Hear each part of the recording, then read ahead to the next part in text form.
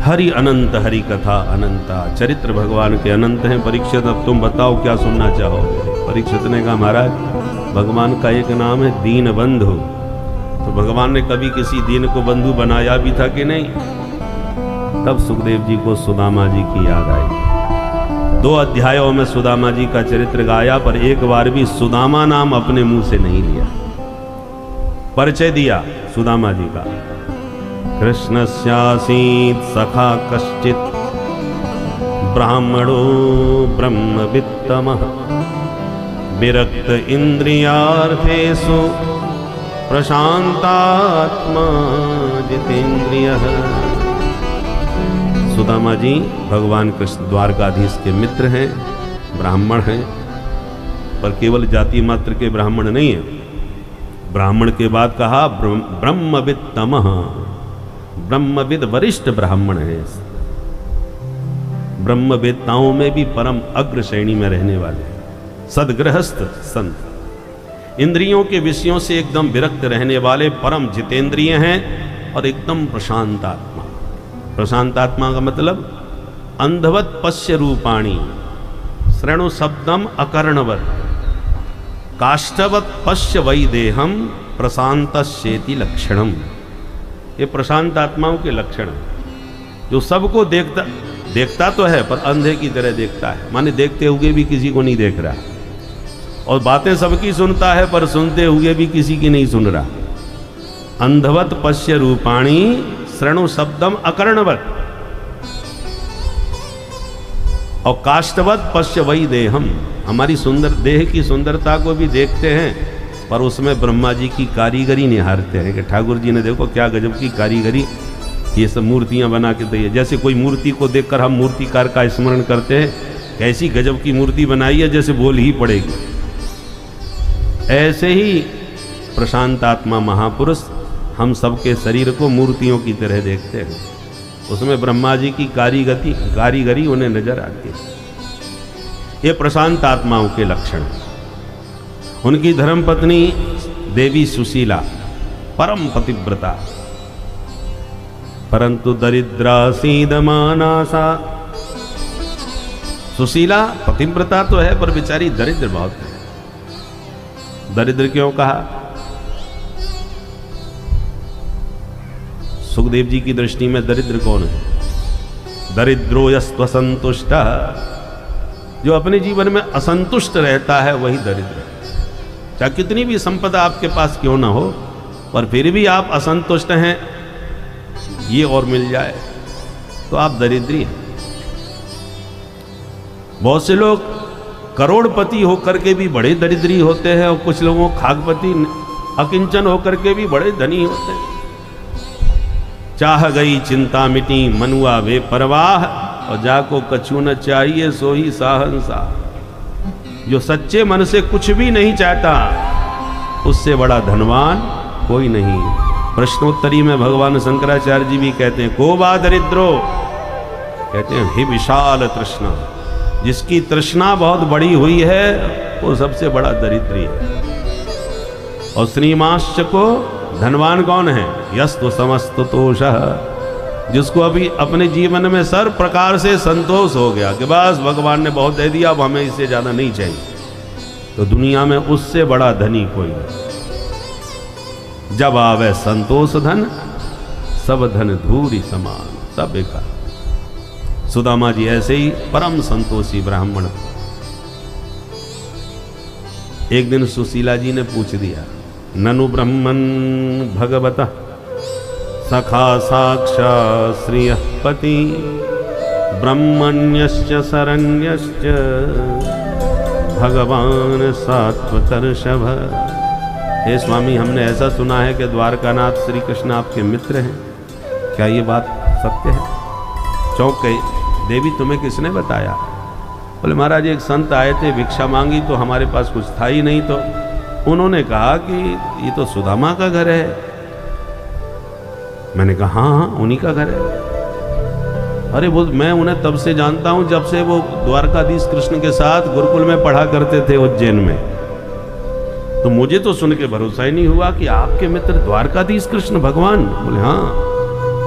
सुदामा जी मुस्कुराए, बोले देवी बात तो तुमने बिल्कुल सही कही है, हैं तो हमारे मित्र। सुशीला के आश्चर्य का ठिकाना नहीं रहा। भगवान द्वारकाधीश जिसके मित्र हों, और ये बात आज तक सुदामा जी ने किसी को नहीं बताई, पत्नी तक को पता नहीं। आश्चर्य की बात नहीं है।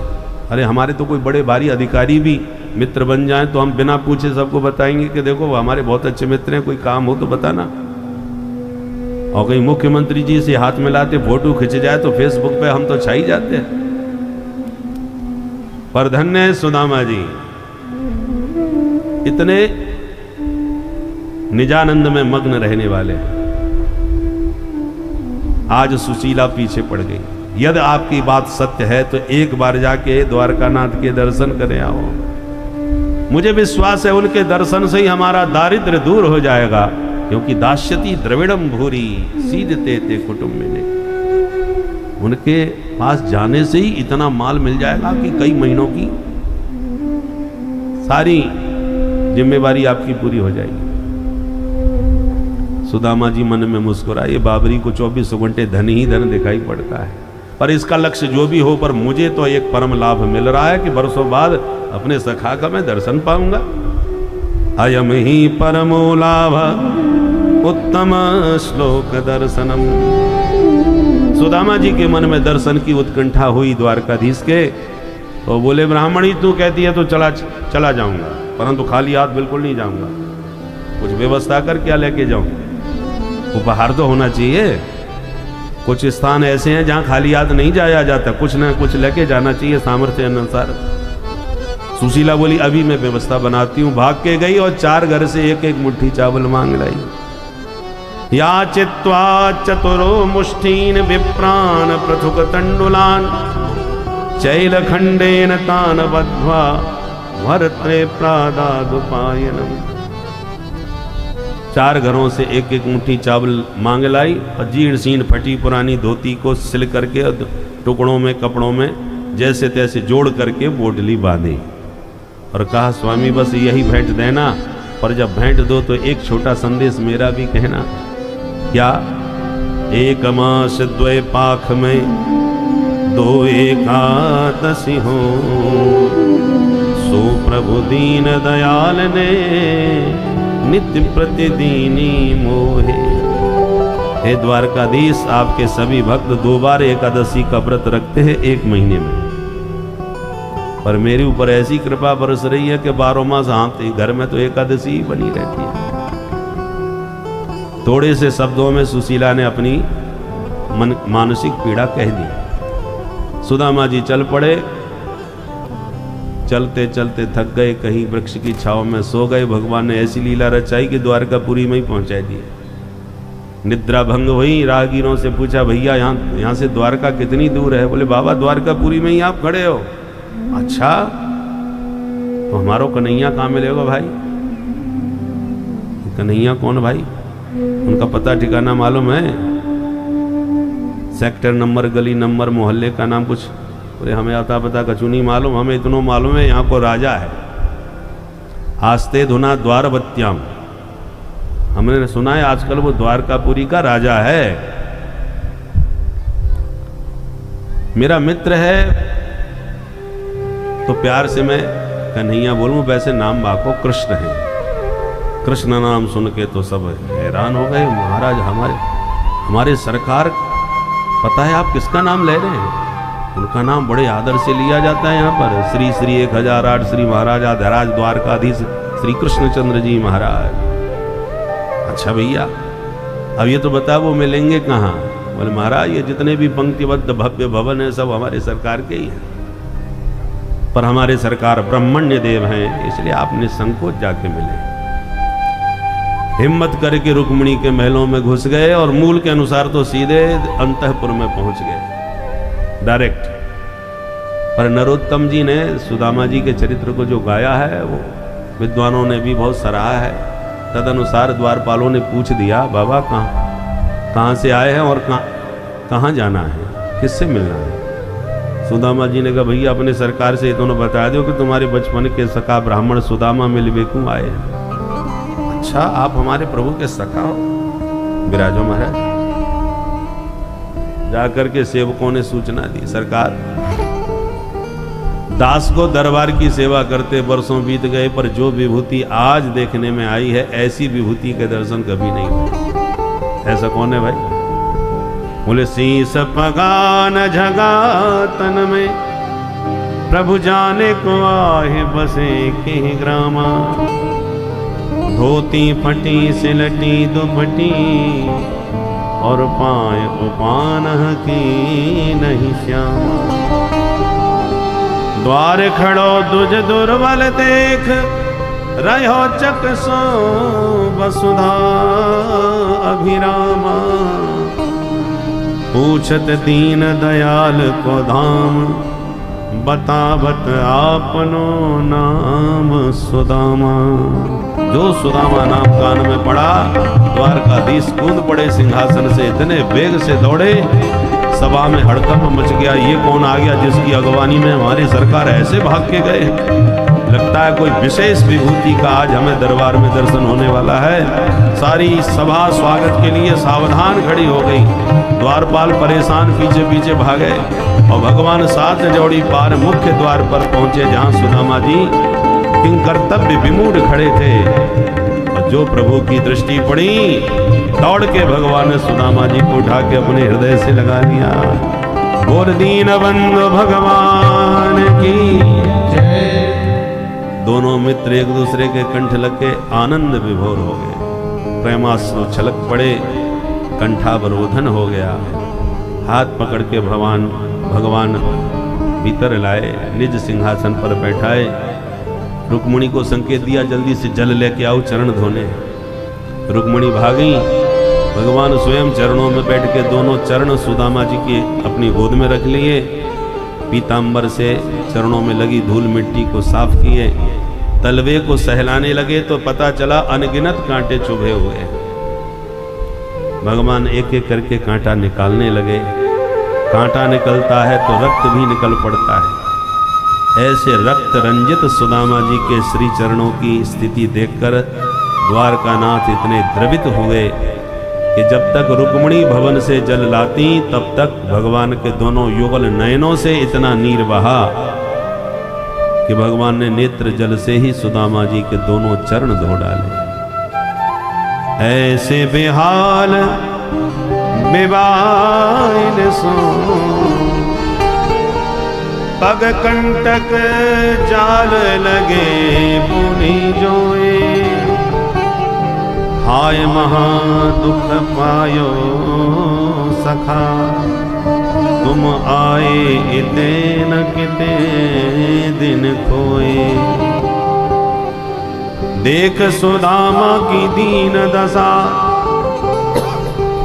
करुणा करके करुणा निधि रोए। पानी परात को हाथ छुओ नहीं, नैनन के जल सो पग धोए। सुखदेव जी भी कहते हैं, प्रीतो विमुंचयन बिंदु नेत्राभ्याम पुष्करेक्षण। गोविंद के युगल नयनों से नीर बहा, सुदामा जी के चरण धुल गए। रुक्मिणी जल लेके आई, यह दृश्य देख करके स्तब्ध रह गई। सारी सभा मन में कल्पना कर रही है, किम अनेन कृतम पुण्यम अवधूतेन भिक्षुणा, श्रियाहीनेन लोकेस्मिन् गर्हिते नाधमेन च। इस अवधूत ने अपने जीवन में क्या पुण्य किया होगा जो सरकार इसको इतना आदर दे रहे हैं। बड़े बड़े सिद्ध संत हमारे प्रभु के चरणों का ध्यान लगाते हैं और वो हमारे प्रभु इसके चरणों को अपने नेत्र के नीर से धो रहे हैं। भगवान ने चरणोदक रुक्मिणी को दिया और कहा, इस पवित्र जल से आज मैं भी पवित्र हो गया और पूरे घर आंगन को पवित्र कर दो। रुक्मिणी चरणोदक लेके चली। भगवान हाथ पकड़ के भवन के भीतर लाए, स्नान करा के नूतन वस्त्र पहना के भोजन पवा करके निज सैया पर ला के सुलाए। पयप फैन निभा सैया, दूध के झाग के समान स्वच्छ शुभ्र सुकोमल सुखद सैया पर सुदामा जी को शयन कराया। लेटते ही लगा जैसे क्षीर सागर में डुबकी लगा ली हो। भगवान स्वयं चरण दबाने बैठ गए। रुक्मिणी ने देखा मालिक सेवा कर रहे हैं तो मैं भी कुछ सेवा करूं। हाथ का पंखा लेके आके धीरे धीरे हवा करने लगी रुक्मिणी। देवी पर्यचरत साक्षात चामरब व्यजने न भई। सुखदेव जी कहते हैं परीक्षित कौन कहेगा सुदामा दरिद्र है। साक्षात लक्ष्मी जिसके लिए पंखा जल रही हो, लक्ष्मी पति जिसके चरण दबा रहे हो, दुनिया में उससे बड़ा धनवान कौन हो सकता है। बोल दीन बंधु भगवान की जय।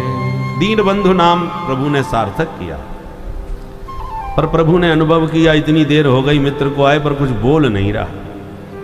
सुदामा जी तो ऐश्वर्य देख देख के मन में ही घबराए हुए हैं, क्या बोलूं मैं भाई, ये तो बहुत बड़ा राजा है। तो संकोच दूर करने के लिए भगवान ने प्रश्न पूछ दिया। अपि ब्रह्मन् गुरुकुलात् भवता लब्ध दक्षिणा समावृत्तेन धर्मज्ञ भार्योढ़ा सदृशीन वा। मित्र तुम्हारा समावर्तन संस्कार तो गुरुकुल में हो गया था, अब ये बताओ तुम्हें तुम्हारे अनुकूल कोई पत्नी मिली कि नहीं, विवाह किया कि नहीं। भार्योढ़ा सदृशीन वा। अब सुदामा जी के मुख पर मुस्कुराहट आई, आंखों से इशारा किया भैया या के अलावा पूछबे की और कोई बात ना है, विवाह की बड़ी चिंता है। भगवान बोले बाबा बैरागियों की बातें कछु ज्यादा ही करते थे, कहीं बाबा जी यही तो ना बन गए। सुदामा जी बोले ना कन्हैया विवाह तो है गया, और तेरी भाभी को नाम है सुशीला, जैसो नाम वैसो ही काम, बहुत सीधे सरल स्वभाव की है, जीवन की गाड़ी चल रही है। तू बता कन्हैया तूने विवाह कहो कि ना है। बुढ़ापे में जब बचपन के मित्र मिलते हैं तो यही सब बातें होती हैं, शादी विवाह हुआ कि नहीं, बच्चे हैं कि नहीं, आदि आदि। और बुढ़ापे में भी यदि बचपन का मित्र मिल जाए तो बुढ़ापे में भी बचपना लौट आता है, वही सब बातें याद आने लगती हैं गुरुकुल। सुदामा जी ने जब पूछा तेरो विवाह भयो कि ना है, तो भगवान शर्माते हो गए, हाथ जोड़ के बोले मित्र मेरी मत पूछो, अब घर में ही बैठे हो, सब बताएंगे बाद में। पर आपने चुप्पी अकेले अकेले विवाह कैसे कर लियो, सूचना तक ना दी हमें। सुदामा जी बोले लाला तो ही बुलावो, कोई हंसी खेल है, आज तेरे दर्शन है गए, बड़े भाग्य थे। भगवान बोले अब मित्रता में ऐसी बातें ना करना चाहिए। खैर जो भयो सो भयो, पहले ये बताओ भाभी जी से कहूँ हमारी चर्चा भई के ना है। सुदामा जी बोले ले लाला सांची बोलूं तेरी भाभी नहीं भेजो है। अच्छा भाभी के भेज बेते आयो, तब तो भाभी जी ने मेरे लिए कुछ ना कुछ अवश्य भेजा होगा। सुदामा जी की तो धड़कन दुगनी बढ़ गई, इतना बड़ो ये राजा और मैं 4 घर के टूटे फूटे चावल यागू कैसे दिखाऊं।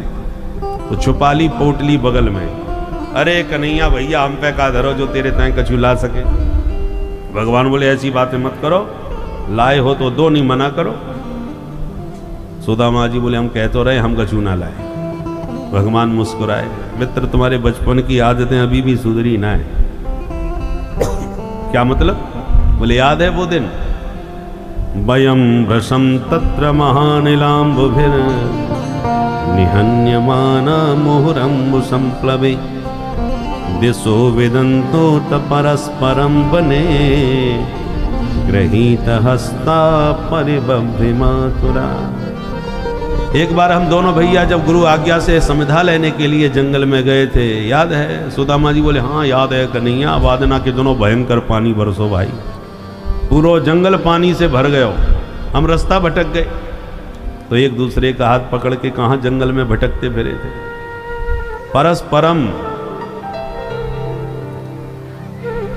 एक दूसरे का हाथ पकड़ के हम दिग्भ्रमित हो गए, रास्ता नहीं सूझी। तो पूरी रात वृक्ष के नीचे बरसात में बिताई। भगवान बोले तुम्हें सब कुछ याद है, तब तो ये भी याद होगा उस दिन रात भर तुम्हारे दांत कितनी जोर से कटकटा रहे हैं। अब सुदामा जी मुस्कुरा के समझ गए कि ये तो कुछ और पोल पट्टी खोल पे बार है। तुरंत सुदामा जी ने प्रसंग बदल दिया, अरे कन्हैया छोड़ इन बातन को, वो विद्यार्थी जीवन के आनंदी कछ और हो। तो भगवान बोले सच बताओ भाभी जी ने सच में कुछ नहीं भेजा? सुदामा जी बोले एक बार मना कर दी, अब तुम बार बार काहे क्यों पूछे? भगवान बोले हमें ऐसा लगता है मित्र तुम हमारा स्वभाव भूल गए। याद दिलाऊं? पत्रम पुष्पम फलम तोयम यो मे भक्त्या प्रयक्षति तदहं भक्त्युपहृतम अश्नामि प्रयतात्मनः। ये भगवत गीता में और श्रीमद् भागवत में दोनों में ये श्लोक ज्यों का त्यों। इसमें भगवान अपना स्वभाव सभी को समझा रहे हैं।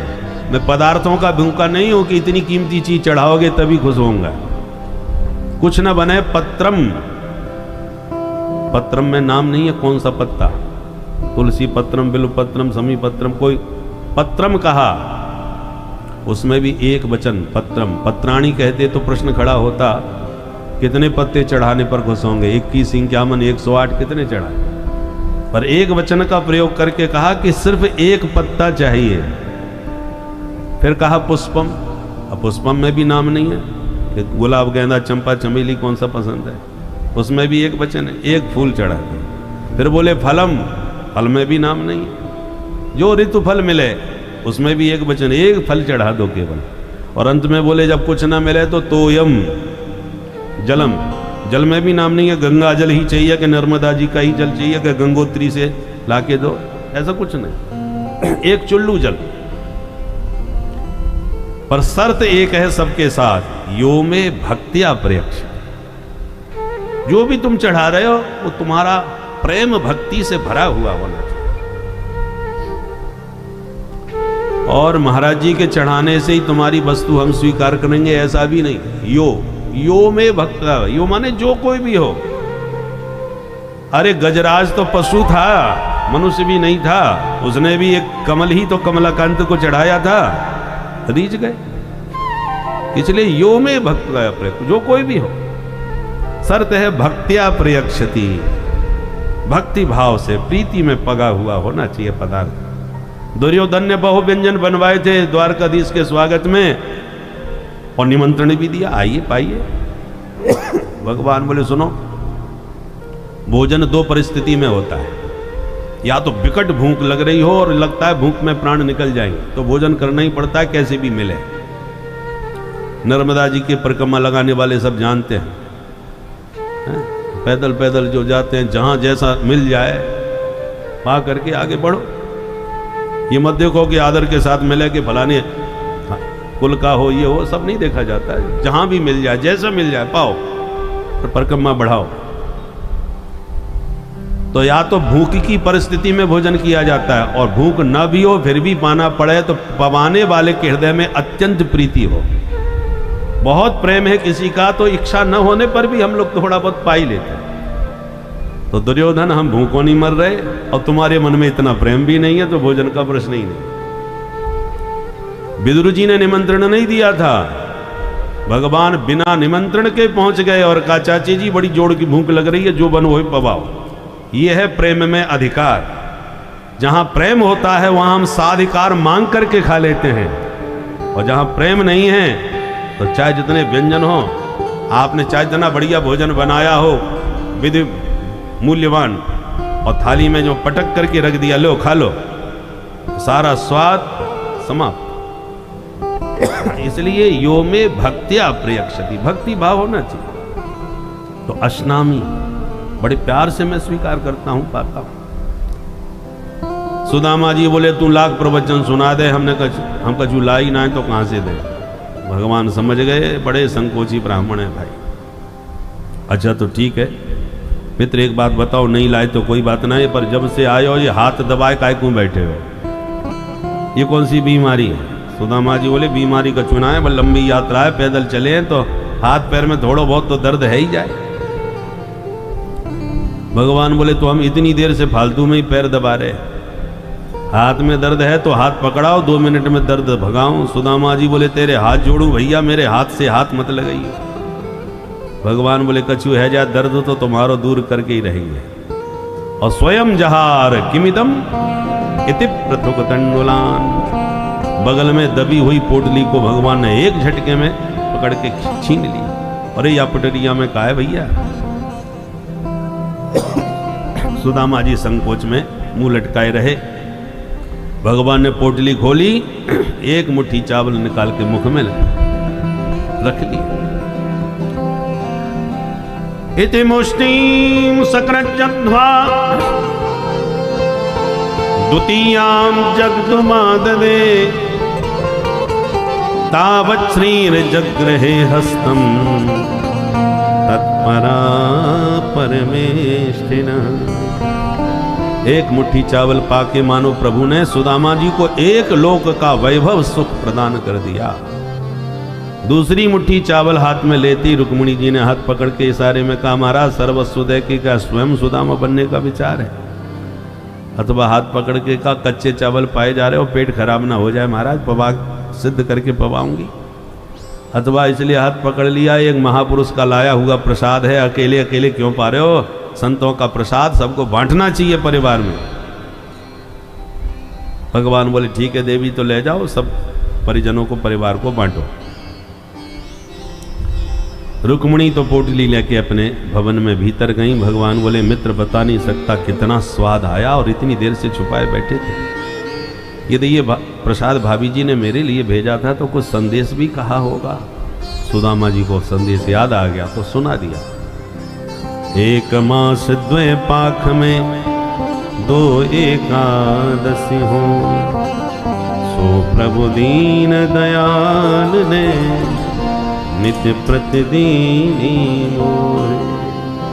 संदेश सुनते ही भगवान के नेत्र सजल हो गए और आंख बंद करके 2 मिनट में भगवान ने सारा उत्तर घर पहुंचा दिया।